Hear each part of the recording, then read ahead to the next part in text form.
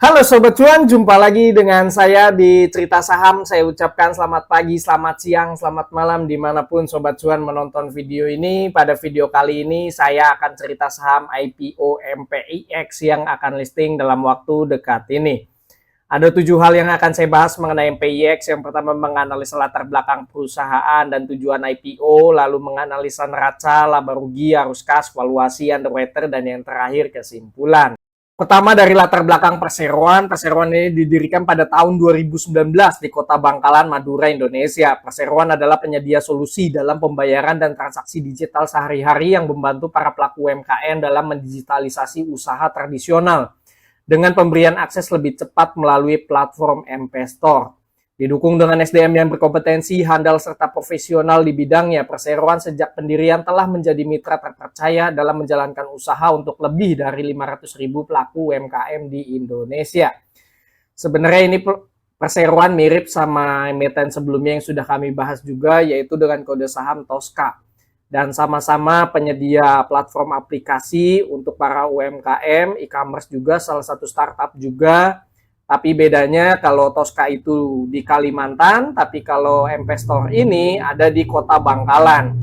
Harapan saya sih kedua emiten ini nanti listingnya bebarengan, melihat siapa ini kenaikan yang paling tinggi pada saat nanti listing. Dan semoga saja tidak ada yang salah satu itu ARB, karena apabila ada yang ARB menurut saya di review Google Play Store itu bakal muncul hal-hal yang negatif dari netizen.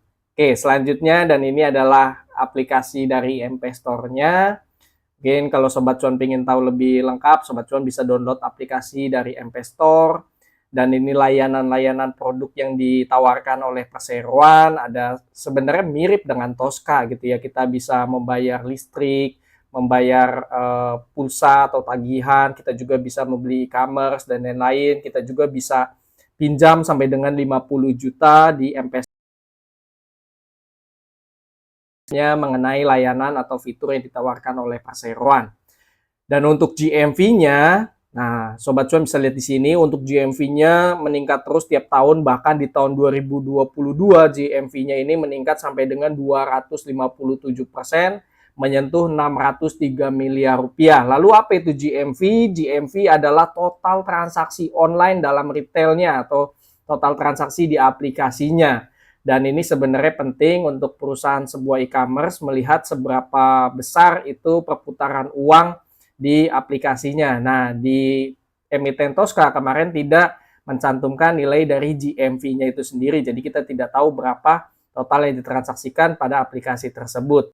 Untuk segmen pendapatannya terbesar ini dari penjualan digital produk sampai 484 miliar rupiah. Lalu ini adalah rekam jejak Perseroan, dan sampai dengan saat ini Perseroan memiliki 52 karyawan. Dan selanjutnya saya akan membahas rencana IPO MPIX. Yang pertama, jumlah saham ditawarkan ada 312 juta lembar saham, ada waran 2:1, persentase publiknya 20%. Harga pemegang saham lama di harga 20, dan untuk publik itu di harga 256 sampai dengan 268.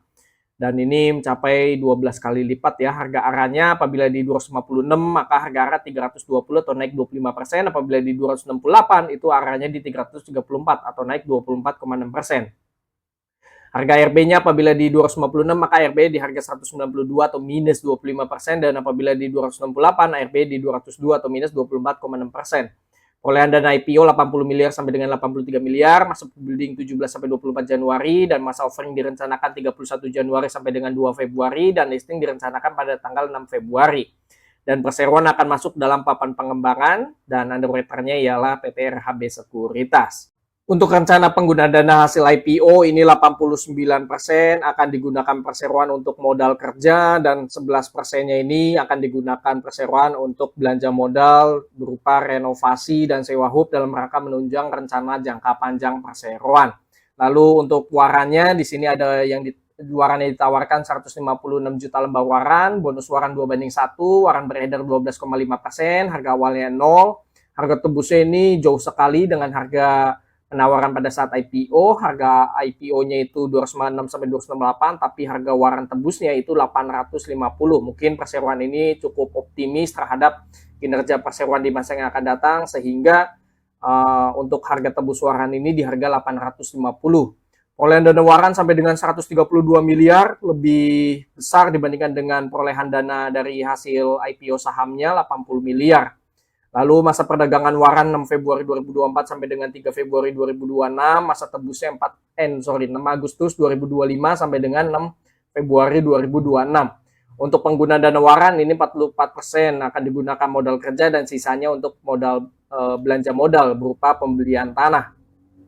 Lalu untuk susunan pemegang saham di sini terbesar dari MPI sebesar 60% dan sisanya ini kebanyakan individual. Lalu untuk lock up period ke semua pemegang saham ini ada lock up periodnya. Dan ini adalah susunan pemegang saham perseroan. Dan ini adalah profil dari Dewan Komisaris Perseroan. Dan yang menarik ialah komisaris utama ini baru berusia 23 tahun karena memiliki hubungan keluarga dengan direktur utamanya sekaligus sebagai pengendali perseroan. Dan ini adalah profil dari Dewan Direksi Perseroan. Selanjutnya kita akan masuk dalam neraca perseroan. Pertama dari total aset perseroan, di sini tiap tahun mengalami peningkatan. Di tahun 2020 ini termasuk kecil, total asetnya 6,1 miliar, lalu meningkat 9,1 miliar. Per 2022 naik drastis jadi 28,3 miliar, dan per Juli 2023 ini naik hampir 100% jadi 55 miliar. Dan kenaikan ini terutama disumbang dari kenaikan persediaan dari yang tadi 22,7 miliar jadi 46 miliar. Memang kalau secara total aset terutama di perusahaan teknologi dan e-commerce ini untuk aset tidak lancar, aset tetap ini termasuk kecil. Jadi perseroan memfokuskan pada persediaannya agar nanti kedepannya bisa meningkatkan atau menunjang dari pendapatan perseroan. Lalu ini adalah persediaan yang dimiliki oleh perseroan terbesar dari perusahaan paket data sampai nilainya 32,9 miliar rupiah. Dan untuk liabilitasnya di sini termasuk kecil, dan per Juli 2023 ini liabilitasnya hanya 15,5 miliar, dan perseroan ada masih butuh sokongan utang bank di sini dari utang bank jangka panjang 1,5 miliar rupiah. Dan ini adalah utang bank perseroan terbesar dari Bank BRI sebesar 1,5 miliar rupiah, dan untuk ekuitasnya di sini adanya penambahan modal saham atau suntikan modal dari pemegang saham dari yang tadi 100 juta jadi 25 miliar. Hal inilah yang mengakibatkan juga dari total aset perseroan meningkat, dan ekuitasnya pun ini tiap tahun meningkat dari yang tadi 17,9 miliar dan per Juli 2023 ini 39 miliar. Jadi kenaikan ekuitas ini sebenarnya dikarenakan adanya suntikan modal dari pemegang saham. Lalu untuk dividen di sini perseroan akan membagikan dividen 20% dari laba bersih, namun akan mulai dibagikan itu pada tahun 2025 karena mengambil tahun buku di tahun 2024. Selanjutnya mengenai laba rugi perseroan. Untuk pendapatan perseroan di sini meningkat drastis. Di tahun 2020 pendapatannya 57 miliar, 2021 naik hampir 3 kali lipat jadi 168 miliar, dan per 2002 ini kenaikannya sampai dengan 4 kali lipat jadi 603 miliar rupiah. Dan di tahun 2023 ini per Juli ini apabila disetahunkan lebih tinggi dibandingkan dengan di tahun 2022. Lalu pendapatannya ini terbesar dari penjualan produk digitalnya. Lalu untuk laba bersihnya juga di sini mengalami peningkatan yang signifikan dari yang tadinya 500 juta naik 3,5 miliar, lalu 14,3 miliar, dan apabila dari 31 Juli 2023 ini disetahunkan, maka perseroan potensi dapat membukukan laba bersih 20 miliar, dan ini laba bersihnya lebih besar dibandingkan dengan Tosca. Padahal Tosca ini pendapatannya menyentuh 2,3 triliun, namun untuk labanya Tosca ini lebih kecil dibandingkan dengan MPIX. Selanjutnya kita ke bagian arus kas. Dari sisi arus kas di sini juga terlihat untuk operasionalnya minus, di tahun 2022 juga minus, dan 2023 ini minus sampai 8 miliar rupiah. Dan sebenarnya ini selaras dengan persediaan perseroan yang meningkat sehingga pembayaran kepada pemasok ini lebih besar dibandingkan dengan penerimaan kas dari pelanggan. Dari sisi investasi sebenarnya perseroan sebagai e-commerce tidak banyak yang dilakukan di bagian investasi. Sebenarnya perseroan ini lebih fokus kepada penjualannya untuk meningkatkan GMV agar pendapatannya ini dan labanya lebih tinggi lagi untuk periode selanjutnya. Dan untuk dari aktivitas pendanaan di sini adanya setoran modal dan ini selaras dengan ekuitas perseroan yang meningkat karena adanya modal saham sebesar setoran modalnya 9,9 miliar rupiah untuk menutupi ini kekurangan di bagian aktivitas dari operasi, sehingga adanya kenaikan neto kas dan bank sebesar 843 juta pada awal tahun ada kas 1 miliar, maka kas dan bank akhir periode per Juli 2023 ini sebesar 1,8 miliar rupiah. Lalu untuk valuasinya, di sini saya ambil laporan keuangan 2023 disetahunkan, harganya 256 sampai dengan 268. Total saham beredar ada 1,5 miliar lembar saham, pendapatannya 832 miliar saya setahunkan, laba bersih saya setahunkan 20,6 miliar. Total asetnya 55 miliar, liabilitasnya 15 miliar, ekuitasnya ini saya sudah tambahkan dengan perolehan dana IPO.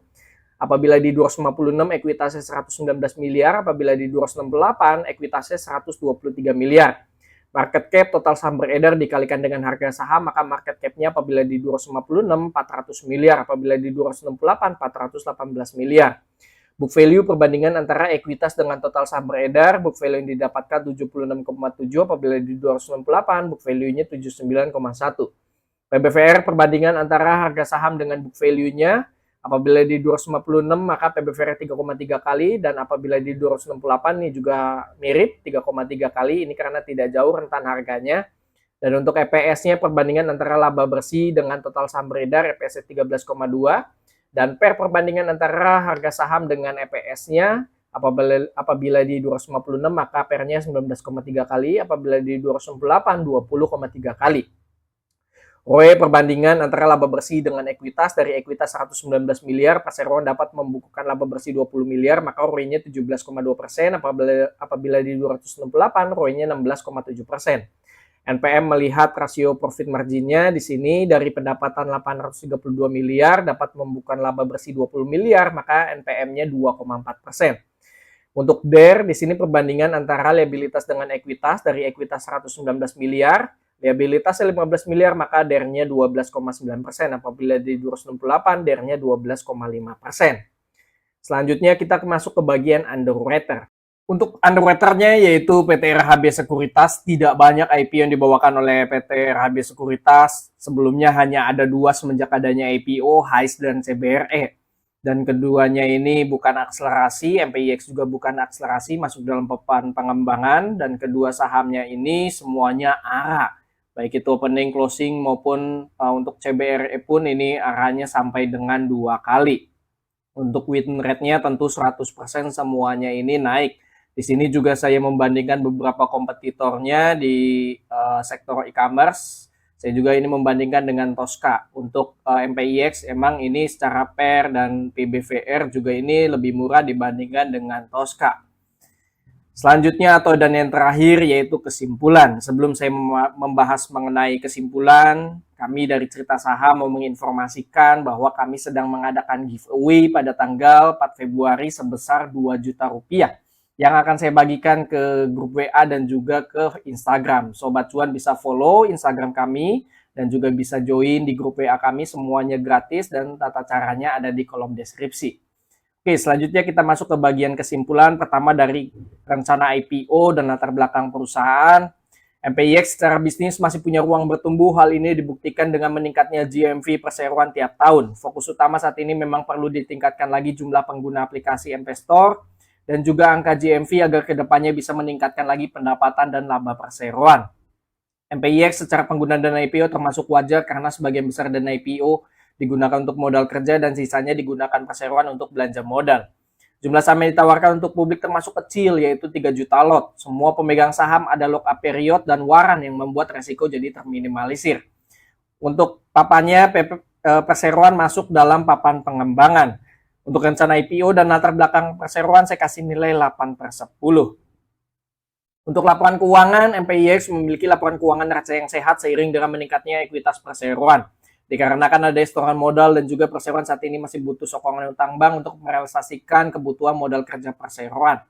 Namun dengan adanya rencana IPO sampai 215 miliar dari saham dan waran sehingga dapat memperkuat posisi neraca perseroan. Untuk laporan laba rugi, MPIX mampu meningkatkan pendapatan dan laba tiap tahun seiring dengan naiknya GMV perseroan. Dengan adanya rencana IPO dan ekspansi yang dilakukan, diharapkan MPIX dapat meningkatkan lagi pendapatan dan laba di periode selanjutnya. Untuk laporan arus kas, MPIX sayangnya operasional per Juli 2023 perseroan ini minus dikarenakan meningkatnya pembayaran kepada pemasok dan hal ini selinear dengan persediaan perseroan yang meningkat di bagian neraca untuk menunjang kenaikan dari penjualan produk-produk perseroan yang nantinya dapat meningkatkan lagi pendapatan perseroan. Oleh karena itu, perseroan mendapatkan suntikan modal dari pemegang saham sampai 9,9 miliar rupiah yang akan digunakan untuk memenuhi dan merealisasikan modal kerja perseroan. Dengan adanya dana segar tambahan dari IPO sampai 215 miliar, setidaknya perseroan bisa memperkuat lagi likuiditasnya agar bisa lebih ekspansif lagi ke depannya. Untuk ringkasan laporan keuangan, saya kasih nilai 8,5/10. Untuk valuasi yang ditawarkan termasuk mahal untuk saham IPO sebesar 3,3 kali PBV. Dan valuasi PER-nya termasuk murah sebesar 19 kali. Dengan adanya rencana IPO dan ekspansi yang dilakukan, diharapkan MPIX dapat meningkatkan lagi ekuitas, pendapatan, dan laba bersihnya sehingga dapat menurunkan lagi nilai valuasi perseroan. Market cap MPIX tergolong mahal, yaitu 400 miliar dibandingkan dengan ekuitas perseroan hanya 119 miliar. Untuk ringkasan valuasi, saya kasih nilai 7/10.